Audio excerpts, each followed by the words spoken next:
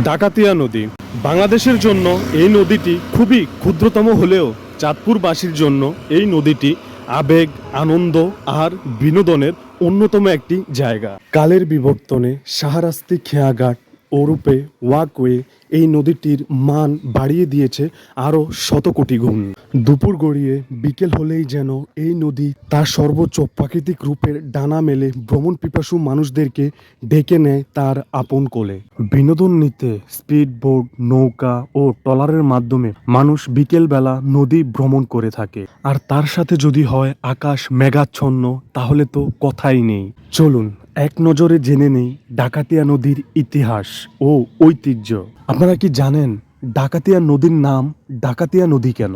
এর পেছনের ঐতিহাসিক ইতিহাস কি? চলুন সেটা সম্পর্কেই আজকে আমরা জানব। বাংলাদেশের দক্ষিণবঙ্গের এক ঐতিহাসিক নদীর নাম ডাকাতিয়া নদী। অনেকেই জানে না ডাকাতিয়া নদীর নামটা এসেছে এক ভয় আর রহস্যে ঘেরা ইতিহাস থেকে। এক সময় এই নদীর দুই পার ছিল ঘন জঙ্গলে ঢাকা। সেই সব জঙ্গলে বাস করত ভয়ঙ্কর সব ডাকাত দল।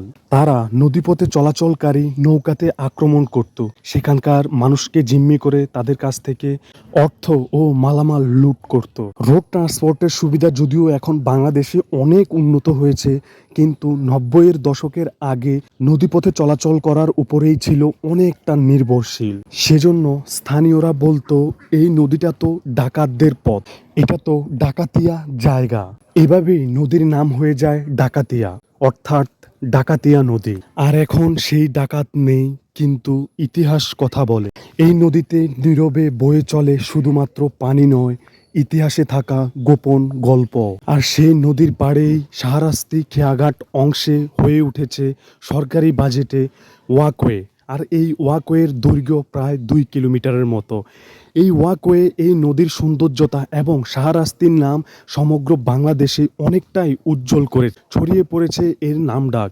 দূর দূরান্ত থেকে বিভিন্ন সেলিব্রিটিরা পর্যন্ত এই নদীর পাড়ে এবং ওয়াকওয়েতে ঘুরতে আসে। যদি ভিডিওটা ভালো লাগে তাহলে সবাই লাইক, কমেন্ট, শেয়ার করে দিবেন। সবাই ভালো থাকবেন, সুস্থ থাকবেন।